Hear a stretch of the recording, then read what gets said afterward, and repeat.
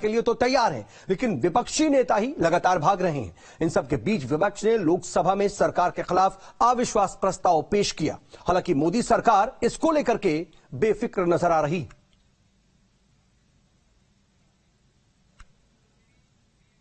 अहंकार का परिणाम है 400 से 40 हो गए और सेवा भाव का परिणाम है कि 2 से यहां आकर के बैठ गए।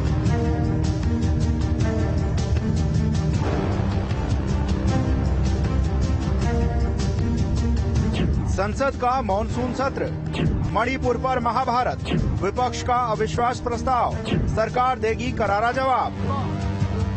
संसद का मॉनसून सत्र चल रहा है। हर बीतते दिन के साथ मणिपुर को लेकर सरकार और विपक्ष के बीच बहस भी बढ़ती जा रही है। इसी बीच सत्र के 5वें दिन विपक्षी दल लोकसभा में केंद्र के खिलाफ अविश्वास प्रस्ताव लेकर आ गए, जिसे लोकसभा स्पीकर ने मंजूरी भी दे दी। दरअसल मणिपुर में भड़की जातीय हिंसा के मुद्दे पर विपक्ष लगातार प्रधानमंत्री मोदी के संसद में बयान की मांग कर रहा है। अब माना जा रहा है कि अगले हफ्ते संसद में अविश्वास प्रस्ताव पर चर्चा की जा सकती है। आज ये जो सिद्धांत है, ये इंडिया अलायंस का सिद्धांत है। ये अविश्वास प्रस्ताव देना है, ये इंडिया अलायंस का एक सिद्धांत है और हमने सभी अपने अपने सदस्यों को कहा है कि हमें ये संदेश देना चाहिए कि सारे इंडिया अलायंस में जितने भी दल हैं, हम सब इस मुश्किल के घड़ी में मणिपुर के साथ खड़े हैं और मणिपुर के लोगों पर जो घाव लगा हुआ है उस पर मरहम लगाने का काम हम करेंगे। हालांकि देखिए, नो कॉन्फिडेंस मोशन एक्सेप्ट होता है। अब स्पीकर को टाइम देना है कि किस समय उसको टेकअप करेंगे। वैसे तो परंपरा ही रही कि ओवर राइडिंग प्रायोरिटी दी जाती है, सर्वोच्च प्राथमिकता दी जाती है, सारा काम रोक के पहले उस पर चर्चा होती है। तो मुझे लगता है उसी पर पार्टी का पालन करना चाहिए। इधर समाजवादी पार्टी के सांसद रामगोपाल यादव का कहना है कि वो सरकार का पर्दाफाश करना चाहते हैं। अपोजिशन सरकार की गलत कामों का पर्दाफाश देश की जनता के सामने करना चाहते। सरकार चर्चा नहीं करना चाहती, इसलिए विपक्षी अविश्वास प्रस्ताव। सरकार इसे कांग्रेस के लिए सेल्फ गोल बता रही है। साथ ही नो कॉन्फिडेंस मोशन को सिर्फ और सिर्फ ड्रामा करार दे रही है। ये टाई फिश हो जाएगा। ये कांग्रेस का इतिहास सब जानते हैं।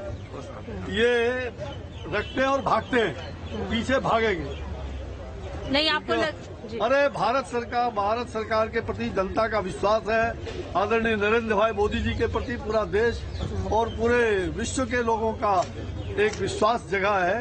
ये कांग्रेस के करने से क्या होगा, ये टाई फिश हो जाएंगे।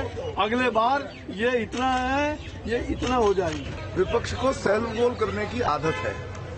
एक और सेल्फ गोल की तैयारी वो कर रहे हैं। बहुत बड़ा कैनवास अविश्वास प्रस्ताव की बहस का होता है और मैं समझता हूं कि कांग्रेस को हो सकता है अनेक बार वॉकआउट करने की वो सोच योजना बनाए, लेकिन जो भी है उनका अधिकार है, वो कर रहे हैं। और लेकिन परिणाम सब जानते हैं। किसी भी प्रकार का अविश्वास सरकार के प्रति नहीं है। पूरी जनता का संपूर्ण विश्वास मोदी जी सरकार में है। तो एक बार फिर सेल्फ गोल की तैयारी कांग्रेस ने की।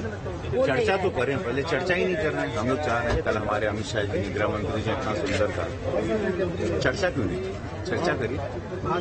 चर्चा करेंगे तो उनको बहुत सारी चर्चा करनी पड़ेगी, इसलिए बच रहे। ये सिर्फ ड्रामा है, जनता के पैसे को बर्बाद करना। विपक्ष को मालूम है कि 24 बहुत बुरी तरह हार रहे हैं। सरकार हर चर्चा के लिए तैयार है, हर बहस के लिए तैयार है, बट आपको सिर्फ इसमें राजनीति करनी है, इसीलिए आप अविश्वास आप लाना चाह रहे हैं। एक बच्चा जैसे जिद पे नहीं अड़ जाता कि खिलौना चाहिए पर इसी रंग का चाहिए, इसी नियम के तहत हमको बहस चाहिए। पीएम जवाब देंगे। भाई थर्सडे से पार्लियामेंट चल रहा है, अभी तक एक राउंड ऑफ बहस डिबेट अगर हो जाती तो अभी तक तो आपको पता चल जाता कि सरकार क्या सोच रही है या सरकार का जवाब।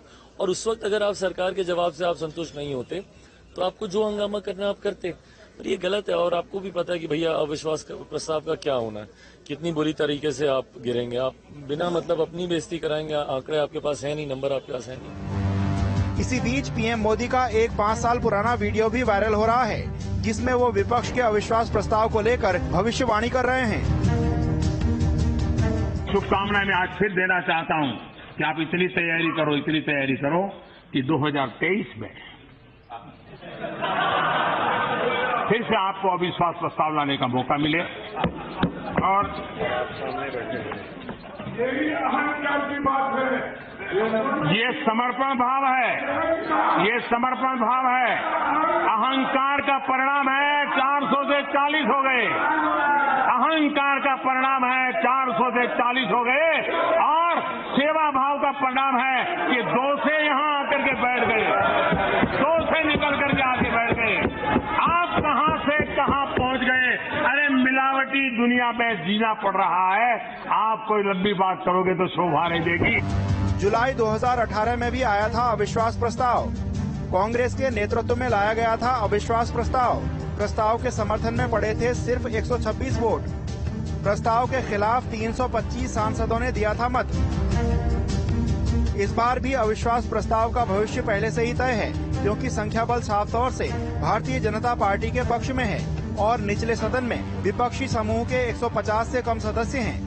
लेकिन उनकी दलील है कि वो चर्चा के दौरान मणिपुर मुद्दे पर सरकार को घेरते हुए धारणा से जुड़ी लड़ाई में सरकार को मात देने में सफल रहेंगे। Team news state.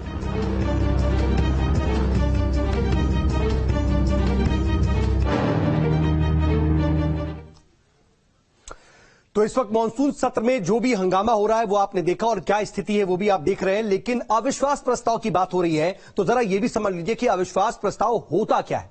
बहुमत साबित करने का ये प्रस्ताव होता है और विपक्ष ये सरकार के सामने रखती है, सदन में रखती है और सरकार को बहुमत साबित करना होता है और नियम 198 के तहत इसे पेश किया जाता है। विपक्ष अविश्वास प्रस्ताव लाता है और सिर्फ लोकसभा ही में ही इस प्रस्ताव को लाने का प्रावधान है और संसद का यानी कि लोकसभा का कोई भी सदस्य इसे पेश कर सकता है।